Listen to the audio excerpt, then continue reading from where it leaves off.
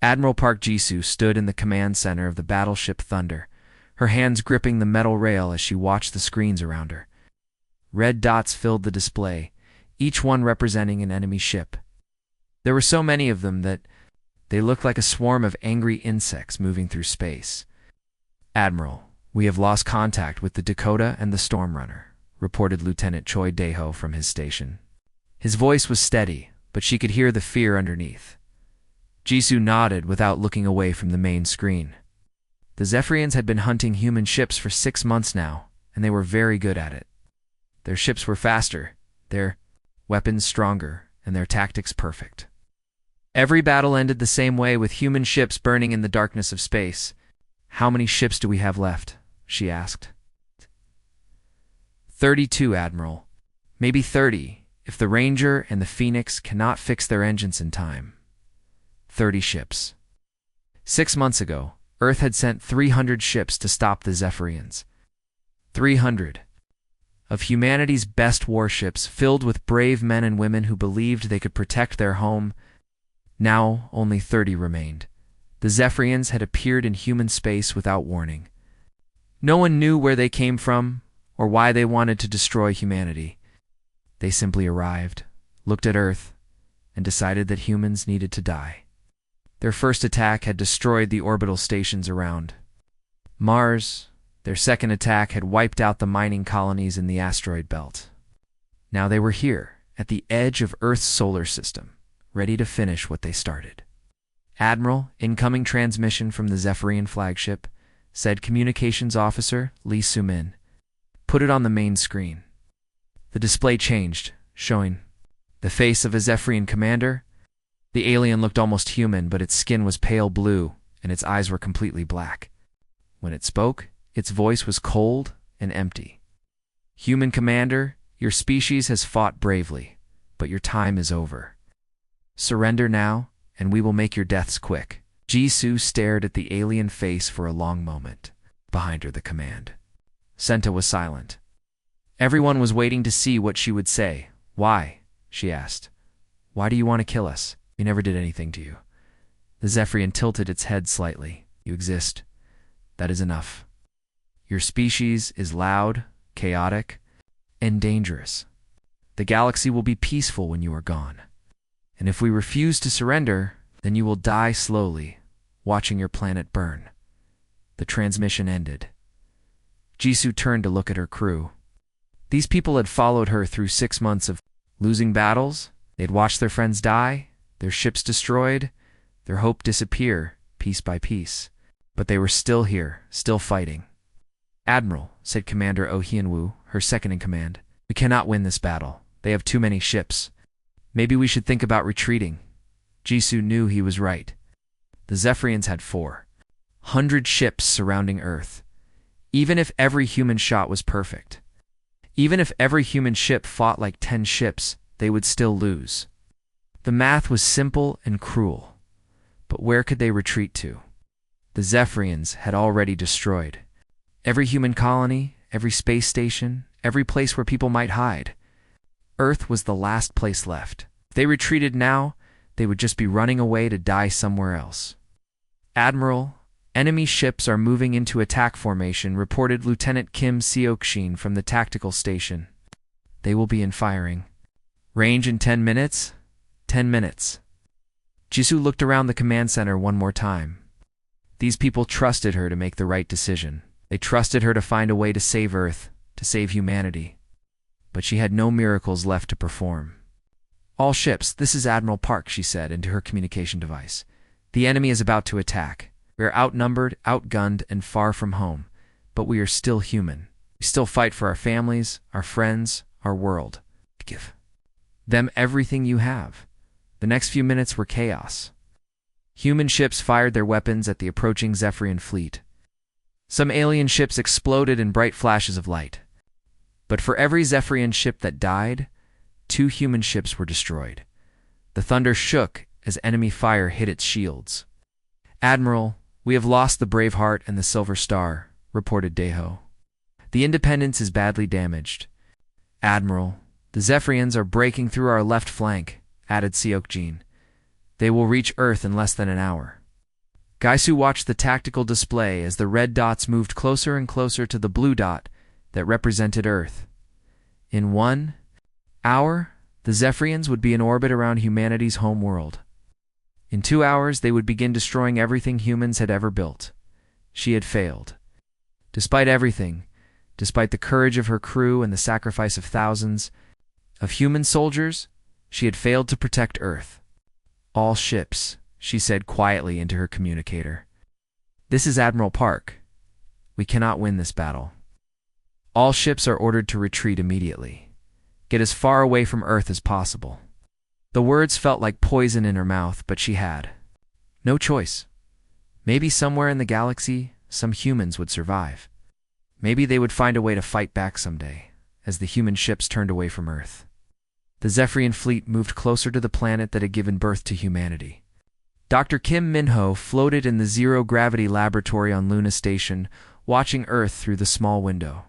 The planet looked peaceful from here, covered in blue oceans and white clouds, but he knew that was not true anymore. The Zephyrians had won the battle 3 days ago. Now their ships surrounded Earth like metal vultures. Min-ho had been studying alien technology for 2 months, ever since the first Zephyrian ship crashed on the moon. The wreckage was full of strange devices that he did not understand. But today, something was different. Today, he had found something important. Dr. Kim, are you still there? The voice came from his radio. It was Captain Yoon-ji-ho speaking. From the asteroid belt mining station called Rockhome.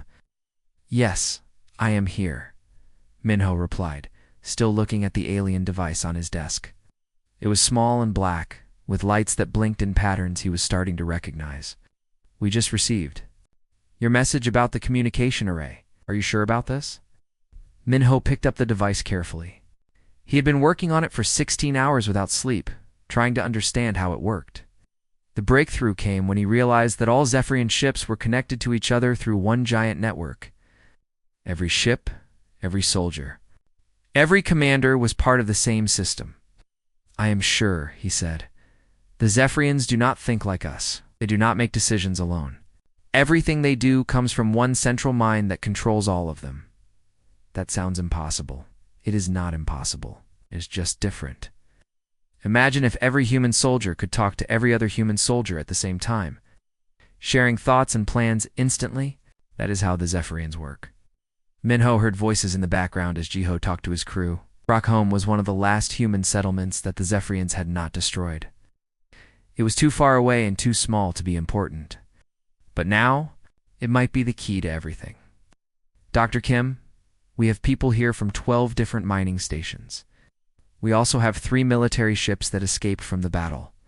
What do you want us to do? Min-ho looked at the device again. The lights were blinking faster now, as if the alien network was becoming more active. He had an idea, but it was crazy and dangerous. There is something called Protocol Lazarus, he said. It was designed before the war, in case Earth ever fell to an enemy. All the mining stations and research bases were supposed to work together to strike back. A Protocol Lazarus was just a plan. We never actually prepared for it. We are preparing for it now. Listen carefully. The Zephyrian network is their strength, but it is also their weakness. If we can find a way to attack the network instead of their ships, we might be able to hurt them. Min-ho heard more voices in the background. People were arguing about something. He waited, watching Earth through the window. The planet looked so small and helpless from here. Dr. Kim, some of my people think this is a waste of time. They want to run away, find somewhere safe to hide. There is nowhere safe, Min-ho said.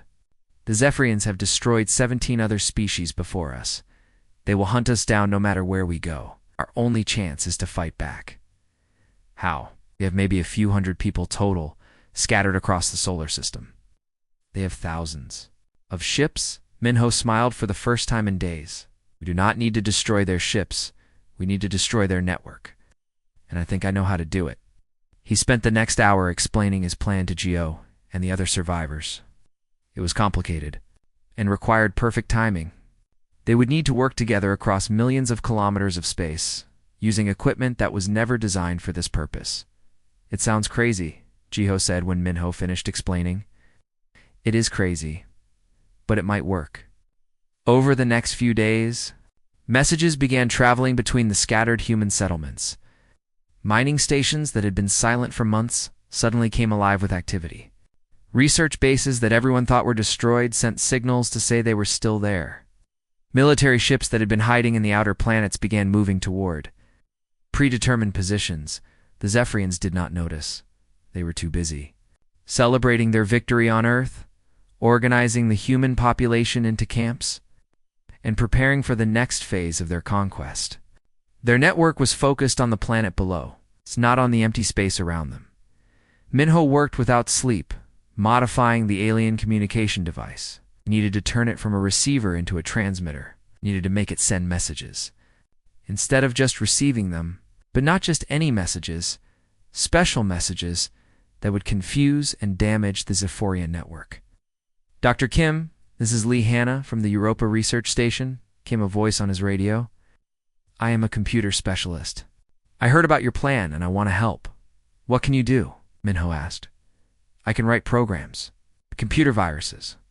If you can give me access to their network, I can create something that will hurt them badly. Minho looked at the modified alien device on his desk. It was almost ready. In a few more hours, he would be able to connect to the Zephyrian network. And then humanity would begin fighting back. Get ready, he told Hanna. We are going to change this war. Lee Hanna sat in the cold computer lab on Europa Station, her fingers moving quickly across the keyboard. The ice moon was far from Earth, far from the war, but she could feel the weight of humanity's future in every line of code she wrote. On her screen, thousands of lines of programming scrolled past like a digital waterfall. Dr. Kim, I need more information about their network, she said into her headset. How do their ships talk to each other? Dr. Kim Minho's voice came through the radio with a slight delay. He was still on Luna, working with the captured Zephyrian device. Their network is like a giant brain, he explained. Every ship is like a brain cell. They share information instantly, make decisions together, and act as one. Hanna stopped typing and stared at her screen. She had been working on computer viruses for 3 days, trying to create something that could damage the alien network. But now she had a better idea. What if we do not destroy their network? She said. What if we change it instead? Change it how? Think about it. If their network is like a brain, then we can give it new thoughts. We can make it think like us instead of like them. There was silence on the radio for a moment. Then Kim spoke again.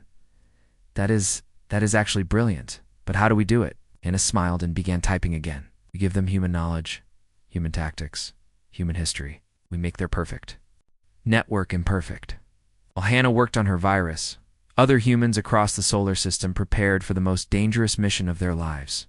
Captain Yoon Ji-ho had gathered survivors from 15 mining stations at Rock Home. Commander Park Sun Woo had brought 3 damaged military ships to the rendezvous point near Jupiter. Even the research station on distant Pluto had sent a message, saying they were ready to help. The plan was simple but required perfect timing. When Dr. Kim activated the captured Zephyrian device, it would connect to their network for just a few minutes. In that time, Hannah would upload her virus. Then every human outpost would attack at once, hitting Zephyrian ships across 12 star systems. Are you sure this will work? Asked Captain Yoon from Rockhome. No, Hannah replied honestly. But it is the only plan we have. Zephyrians had conquered 17 species before humanity. Each time, they used the same method. First, they studied their enemy from a distance. Then they attacked with overwhelming force. Finally, they eliminated every trace of the species they had defeated. But the Zephyrians had made one mistake. They thought all species were like them, organized, predictable, and logical. They did not understand that humans were different. Humans were chaotic, creative, and stubborn. When humans were defeated, they did not give up. They found new ways to fight. Dr. Kim, the device is ready, came Minho's voice over the radio. Are you ready with the virus? Hannah looked at her screen. One last time. The virus was beautiful in its complexity. It would not destroy the Zephyrian network immediately. Instead, it would slowly change how the network worked. It would add human military tactics to their database. It would make their perfect coordination become confused. Most importantly, It would make some Zephyrians start thinking for themselves instead of following orders. "I am ready," she said. "All stations, this is Dr. Kim. We are beginning the upload in 30 seconds. Remember, we only have one chance at this." Hannah's heart beat faster as she watched the countdown on her screen. 20 seconds. 10 seconds. 5 seconds. Upload beginning now. The virus traveled through space at the speed of light, from Europa to Luna to the captured Zephyrian device. For a moment, nothing happened. Then Hannah saw confirmation on her screen. The virus was in the network. "It worked," she shouted. "Act. The virus is spreading through their system." But uploading the virus was only the first step. Now came the hard part. Human ships hidden throughout the solar system began their attacks. They were not trying to win battles. They were trying to create chaos and confusion while the virus did its work. The Zephyrians had never experienced anything like this before. Their network, which had always given them perfect information and perfect coordination, suddenly began sending contradictory orders. Some ships were told to attack. Others were told to retreat. Some were told to protect Earth. Others were told to destroy it. "Dr. Kim, we are getting reports from all over the system," said Commander Park from his ship near Jupiter. "The Zephyrians are acting strange. Some of their ships are fighting each other." Hannah watched her computer screen as the virus spread deeper into the alien network. She had designed it to be like a teacher, showing the Zephyrians new ways to think. But teaching was a slow process. The virus would need time to change the network completely. "How long before we see real results?" asked Captain Yoon. "I do not know," Hannah replied. "Maybe days, maybe weeks. But the virus is working. I can see it changing their system." On Earth, the Zephyrians were beginning to notice that something was wrong. Their perfect coordination was breaking down. Orders were being questioned. Some soldiers were starting to think thoughts that were not part of the network. For the first time in their history, the Zephyrians were learning what it meant to be confused, to be uncertain, to be human. Commander Vexai stood in the command center of the Zephyrian flagship, watching the celebration below on Earth. His people had built a great monument in the center of what humans called New York City. The monument was made of metal and crystal, and it would tell the galaxy that the Zephyrians had conquered another world. But something felt wrong. Vexai had been connected to the network his entire life, receiving orders and information from the central mind. Today, the network felt ... different. The thoughts coming through were not as clear as before. "Commander, we are ready to begin the ceremony," said Sub-Commander Kethra. Her voice sounded strange, as if she was not sure about something. Vexai nodded and activated the communication system. All across Earth, Zephyrian soldiers and commanders would hear his words. The network would carry his voice to every ship, every base, every outpost. "Today, we celebrate another victory," he began. Get? "The human species has been defeated. Their world belongs to us now." But as he spoke, Vexi noticed something odd. That network was showing him images of human history, battles where humans had won against impossible odds. Why was he seeing these things? The network never showed unnecessary information. Thousands of kilometers away, Lihana watched her virus work from her station on Europa. The program was spreading through the Zephyrian network like ink through water. Every second, it copied more human knowledge into their system. Military tactics, historical battles, and most importantly, human ways of thinking. Dr. Kim, the virus, is working better than expected, she said into her radio. "I can see it changing their communication patterns." "What kind of changes?" asked Dr. Kim Minho from Luna. "They are starting to question orders. Some of their ships are receiving conflicting information. The virus is making them think like humans instead of like a hive mind." Back on the Zephyrian flagship, Commander Vexai was having thoughts he had never experienced before. The network was telling him to continue with the ceremony, but part of his mind was asking why. Why did they need to destroy the humans? Why was conquest always the answer? These were dangerous thoughts. For a Zephyrian to question the network was impossible. Yet here he was, thinking thoughts that came from his own mind instead of the collective consciousness. "Commander said, Sub-Commander Kethra, I am receiving strange orders from the network. Some say we should attack the mining stations in the asteroid belt. Others say we should protect them. Which orders should we follow? Vexai looked at his tactical display. The network was indeed sending contradictory commands. Ships that should be working together were receiving different instructions. The perfect coordination that had made the Zephyrians unstoppable was falling apart. I do not know, he said. These words had never been spoken by a Zephyrian commander before. Across the galaxy, human survivors began their coordinated attacks. Captain Yoon Ji-ho led his small fleet from Rockholm toward a group of confused Zephyrian ships. Commander Park Sunwoo attacked from near Jupiter. Even the research station on Pluto launched its single fighter ship toward the enemy. The attacks were not meant to win battles. They were meant to create more chaos while the virus continued its work. Every time the Zephyrians tried to coordinate their response, the virus fed them more human knowledge, more human ways of thinking. This is impossible, said Zephyrian Admiral Mordok from his command ship near Mars. The network is showing me battle plans that make no sense. It says we should retreat, then attack, then negotiate. How can we do all three things at once? His tactical officer, a young Zephyrian named Zeleth, looked at the display with confusion. Admiral, I am having thoughts that are not from the network. I am thinking that maybe we should ask the humans why they fight so hard. Is that normal? Admiral. Mordok stared at his officer. Asking questions was not something Zephyrians did. They received orders and followed them. But now, with the virus changing their network, they were learning to think for themselves. No, he said slowly, that is not normal. But I am having similar thoughts. Lihanna watched the virus spread deeper into the Zephyrian system. Her program was not just adding human knowledge, it was teaching the aliens how to doubt, how to question, how to make individual decisions. For a species that had always thought as one mind, this was revolutionary. All human forces, this is Admiral Park Ji-soo, came a voice over the radio. The former Earth Fleet commander had been hiding in the outer planets since the battle. I am seeing reports that the Zephyrian fleet is in chaos. Some of their ships are not responding to orders. Others are flying in circles. What is happening? The virus is working, Hannah replied. It is teaching them to be human.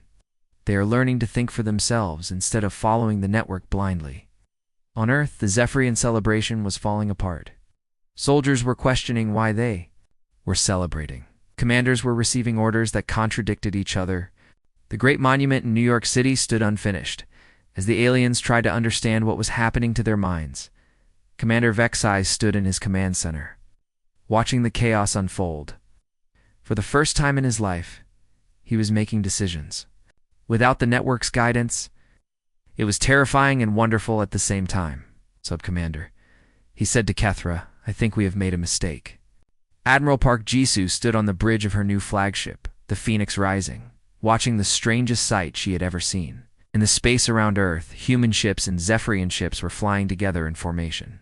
6 months ago, this would have been impossible. 6 months ago, they were trying to kill each other. Admiral, we are receiving a transmission from Commander Vexai, said Lieutenant Choi Daeho. He was one of the few officers who had survived the original battle for Earth. Put him on the main screen, Jisoo replied. The display showed the Zephyrian commander. His blue skin looked paler than before, and his black eyes seemed different somehow. He looked more ... human. Admiral Park Vexai said, Our joint patrol has found 3 Zephyrian ships near Jupiter. They are from the old network, the ones who refuse to change. They are attacking the mining station at Europa. Gaisu nodded. Not all Zephyrians had accepted the changes that Lihanna's virus had brought to their species. Some had fled to distant parts of the galaxy, trying to rebuild their old network. Others had become violent, attacking anyone who got in their way. How many ships do we have available? She asked. 12 human ships and 8 Zephorian ships, replied Commander Oh Hyun-woo, her second in command. The Zephorians have better weapons, but our ships are faster. Then we go fast and hit hard, Gaisu said. Commander Vexai, are your people ready to fight against their own kind? The Zephyrian commander was quiet for a moment. This was still difficult for him. The virus had given him the ability to think for himself, but it had also given him something painful, the knowledge that his people had been wrong. "Yes," he said finally. "My people are ready. We understand now that the old ways were not good. We will fight to protect the new ways." As the combined fleet moved toward Jupiter, Jisoo thought about how much had changed. The virus that Lee Hanna had created had not just damaged the Zephyrian network, it had completely transformed their entire species. Zephyrians who had once thought as one mind were now individuals, each with their own thoughts and feelings. Some had embraced this change. Commander Vexai and his followers had chosen to work with humanity, learning about democracy, freedom, and individual choice. They were building something new together, a society where humans and Zephyrians could live as equals. But others had been terrified by the change. They had tried to rebuild the old network, to return to the time when all Zephyrians thought the same thoughts. These rebels were now humanity's greatest enemy. "Admiral, we are approaching the Jupiter system," reported Lieutenant Kim Seo-chin from the navigation station. "The rebel Zephyrian ships are attacking Europa Station. They have already destroyed 2 of the outer defensive platforms. See the battle on her tactical display." The mining station that had once been Lee Hanna's home was under attack. The computer specialist who had saved humanity was still there, working with Dr. Kim Minho to understand more about Zephyrian technology. "All ships, this is Admiral Park," she said into her communication device. "We are going to save Europa Station. Human and Zephyrian crews will work together. Trust your allies and fight for the future we are building." The battle was different from the old days. Human ships used their speed to distract the rebels, while Zephyrian ships used their powerful weapons to destroy enemy vessels. The 2 species fought as one, each using their strengths to help the other. "Admiral, this is Lee Hanna from Europa Station," came a voice over the radio. "We are safe now. The rebel ships are retreating." "Good to hear your voice," Hannah Jisoo replied. "Are you still working on understanding the Zephyrian technology?" "Yes, and I have learned something important. The virus did not just change the Zephyrians, it changed us too. We now have access to their technology, their knowledge, their ways of thinking. We are becoming something new, not just human, not just Zephyrian, but something better." After the battle, Jisoo walked through the corridors of her ship. She passed human crew members working alongside Zephyrian engineers. She saw a Zephyrian doctor treating a wounded human soldier. She watched human children playing with young Zephyrians in the ship's recreation area. This was the future she had fought for. Not just the survival of humanity, but the creation of something new and better. "Admiral," said Commander Vexai, appearing beside her, "I have a question. In the old days, when we first attacked Earth, why did your people fight so hard? Why did you not surrender when you knew you could not win?" Jisoo smiled. "Because we are human. We do not give up, even when everything seems hopeless. We find new ways to fight, new ways to survive, new ways to win." "I understand now," Vexai said, "and I am grateful that you taught us how to be like you." As Jisoo looked out at the stars, she realized that humanity had won more than just a war. They had proven that even the most terrible defeat could become the beginning of something wonderful. They had shown that enemies could become friends, that destruction could become creation, that the end of one story could be the beginning of another. The battle had been lost, but humanity had changed the story, and the new story was just beginning.